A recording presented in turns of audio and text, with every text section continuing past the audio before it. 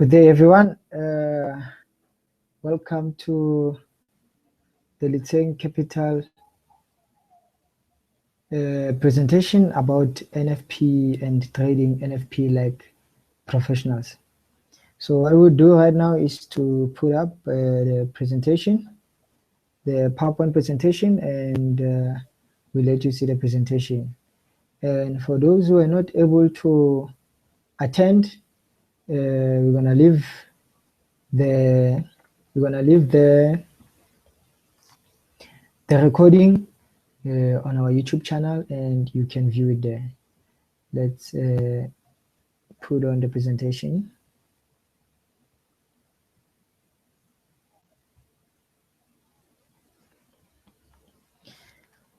Yes, this is the webinar about trading NFP. So let's start. The US dollar is down across the board, and this is due to the negative sentiment and comments that were alluded by Chair Yellen. She has been very dovish as it was seen with the weakness in the US dollar. The pressure of the US dollar from the investors is more to the downside than the upside. The high probability expectations from the investors in the coming release is more to the downside. Therefore, weaker release of the data is expected by the investors. If the number becomes soft, or if the number becomes less than it is expected, we will see the US dollar sell off in a huge way due to the market expectations. As we all know, every news release depends on whether the central bank has its eye on it or no. So we have to understand what are the Fed expectations and what they are looking at. We have to ask ourselves whether the release tomorrow is important or it's not important. We believe that the data is important, but if we get a number that is less than 250,000 job, we might see a spark in the direction of the release, but then there will be a huge bounce off as the market expectations are to the downside, like we alluded before. The market is looking for a number that will reaffirm their confidence in the US dollar, as it is very weak right now. So the number that will assure that the market have confidence in the US dollar is a number between 245,000 and upwards. What you do not want to do is try to guess the NFP. That's what we call gambling with your money. You do not want to try to guess. You must always have a clear plan on what trade you are taking. You must always know why you are taking a trade. And if you guess the numbers, then you are not a real trader, but you are just a gambler. So if you do not know why you are taking a trade at a certain time, please do not take a trade. So for you to know why you're taking a trade, or to trade in or before ahead of the news release or out of the news release, you have to understand the reasons why you are taking such an action. So for you to understand why you're taking such an action, you have to do research like the professionals do, which means you must see the markets like the professionals do, like the private banks do, because they are the ones who move the market. As retail traders with our small trading funds, we cannot move the market. But in order to be profitable, we always have to be in line with the big banks' objectives. So in order for you to be in line, you have to know at what they are looking at, what they are doing, so that you'll be able to be in line with them. So now let's see how the banks do their analysis before they trade any news events. The things that they look at to make decisions, you have to know them and you have to look at them so that you will also make the decisions that are in line with their decisions, as we alluded before. So the things that the banks looks for are called indicators. These are economic indicators. So these economic indicators show whether the economy is growing or it's not growing. There are different kinds of economic indicators depending on what news event is coming. So specifically, we'll stay in line with what the purpose of this webinar is for. This webinar is for NFP. So we're going to look at the indicators that will show us whether NFP will be above expectations, below expectations, or more than expectations. So the economic indicators that are related to NFP are 6 of them, which are ISM non-manufacturing index, ISM manufacturing index, ADP report, challenge in job cuts, consumer confidence, continuing claim jobs, initial jobless claim, and University of Michigan's index. These are the indicators that we use to check whether NFP will be positive or negative. So here is the table for the leading indicators that we look at. But if you can look at the table, we have around 6 indicators, but we talked about 8. This is because this week's release is much different to other releases, whereby 2 of the most important indicators will come after NFP.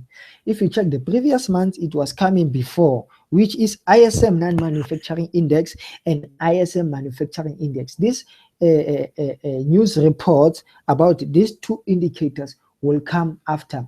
But nonetheless, we'll look at the 6 that are left in order for us to take a decision, which is job challenge cuts, consumer confidence, the ADP report which came out yesterday, the jobless claims, the continuing claims jobs, and the University of Michigan index.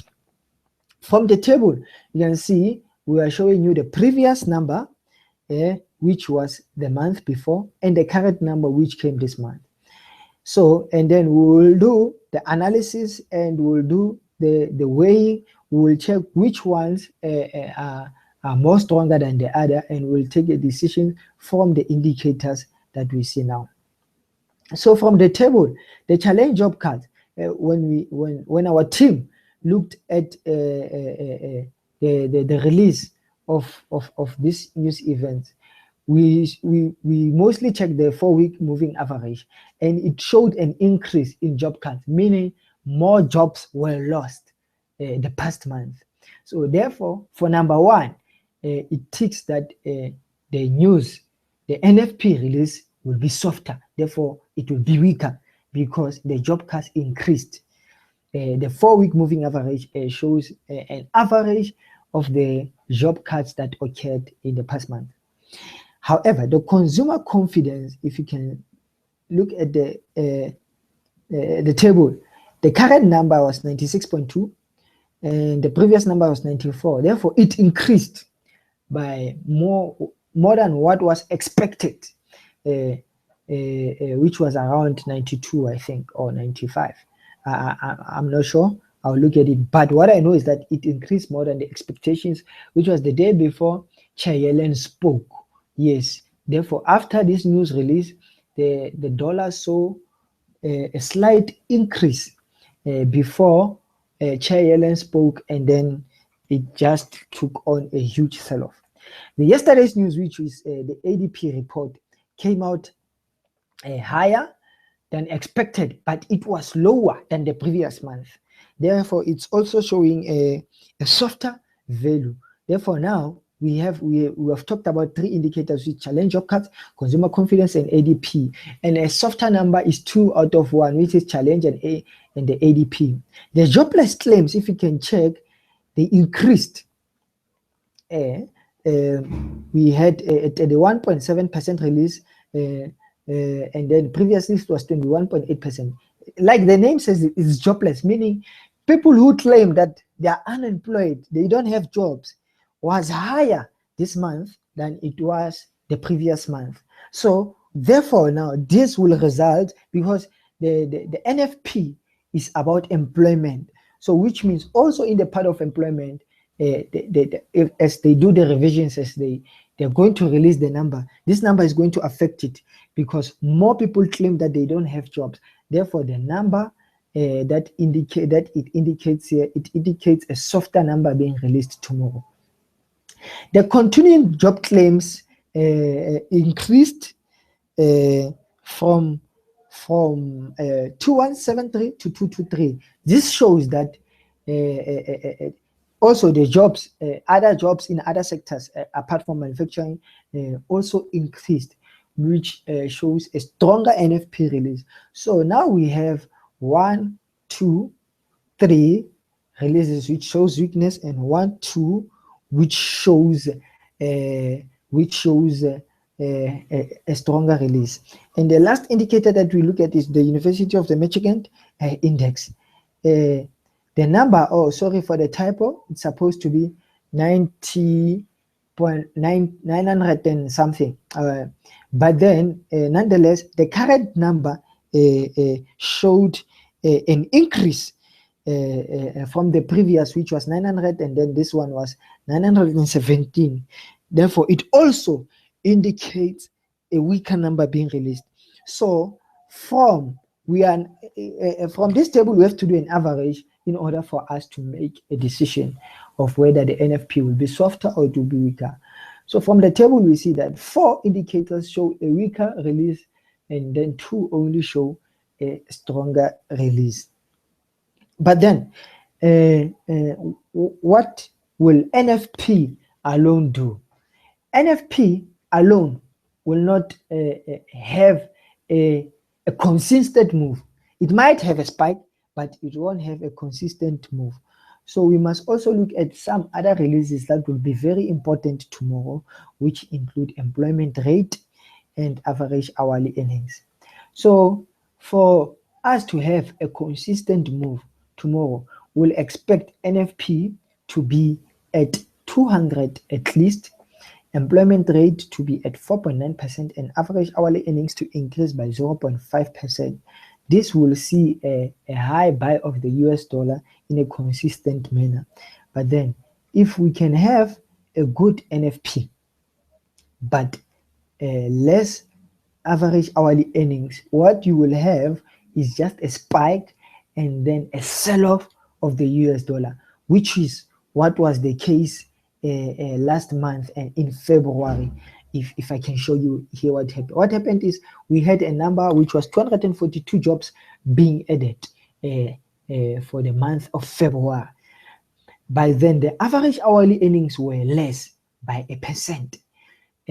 So what happened is the US dollar was bought on the first spike, but then it bounced off heavily, and then because of the average hourly earnings, we saw the US dollar being sold. This is a 15 minutes chart. We saw the US dollar being sold in the next 15 minutes and the last 15 minutes, and then it continued higher. So that shows that NFP alone is not important. So the key tomorrow, what the bank is looking at, what the central bank is looking at, and private banks are the average hourly earnings. So even if NFP becomes moderate, but then the average hourly earnings exceed the expectation, we will see the dollar being bought. But then also, if NFP becomes lower and the average hourly earnings also become higher, you must be careful on how you trade. Just check the sentiment and what the market will gauge on that. So like we said, the key is average hourly earnings with a good at least 200 plus number on NFP. Last month, like we said, the expectations were exceeded by a huge number, a very huge number, but then the trading reflected different results.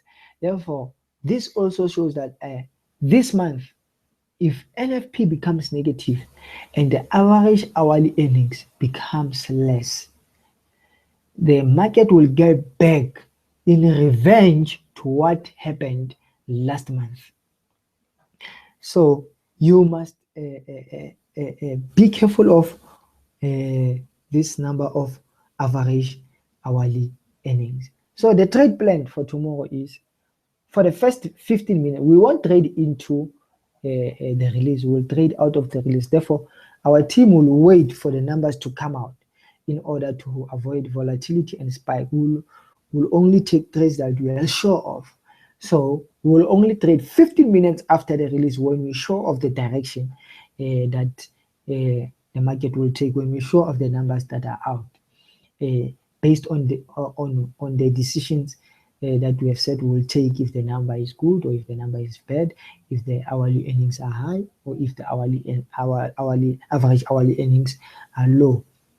So the pairs that we're looking at that we'll think will yield high results when we take the trades 15 minutes after, when we know the market sentiment, when we know the direction at which the market is taking, is gold, silver, Euro USD, USD ZAR, and QUS. So these are the pairs that we will be trading. Like we said, we're going to trade 15 minutes after the release, after looking at the data. However, our expectations are a weaker number. If you are expecting a number, or if you want to trade into the data, therefore positioning yourself before the news release, our advice is that take a quarter of positions that you are going to take. If you are risking 3%, 2%, or 1% of your account on your trade, take a quarter of that as an order before the news release. Then after the news release, when you are sure of the direction, then take the rest of the position in order to avoid volatility and spikes and being stopped out for tomorrow's release. So this was our analysis for today. So like we said, as we conclude, the indicators that you look at is job challenging job cuts, consumer confidence, the ADP report, jobless claims, continued jobless claims, and University of Michigan. These are the indicators that are looked at by the banks, and these indicators show that there will be a softer number that will be released today. So our expectations, also with the market expectations, is that we might have a softer release tomorrow. But then we are not going to trade into the market. We are going to trade out of the market after the data is being released, in order to be safe, to avoid situations like this, whereby last month people's accounts were blown, whereby the data for NFP came out very positive, like we said. Then they took the position, they bought the US dollar, but because of the less number that was released on average hourly earnings, we saw something like this. So people started buying into the US dollar, and the banks started selling the US dollar. And we saw many complaints on Facebook, on YouTube, people saying the banks are manipulating, or no, they were not manipulating. There was never a manipulation.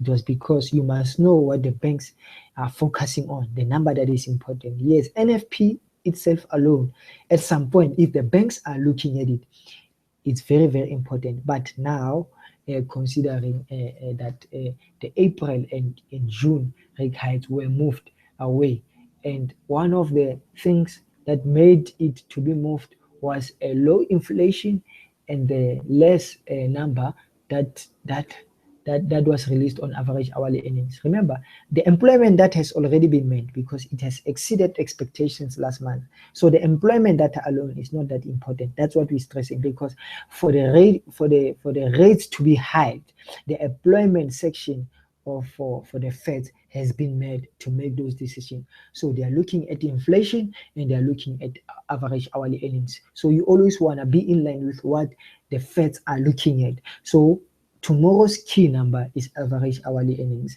So if you trade after the number is released, you will know whether you buy or you sell the US dollar. Ladies and gentlemen, thank you very much for joining us today. We will take any questions if they are there. But then first we'd like to say you can follow us at Lithium Capital Facebook page, whereby we'll be doing an outlook for the week. We'll be doing the trade setups, and the trades that we'll take will be sent via YouTube and via the Facebook page. We'll be sending signals for those who want to boost their accounts, and we'll be sending a full analysis and the pairs that we are trading. So ladies and gentlemen, if you have any questions, you are welcome to ask.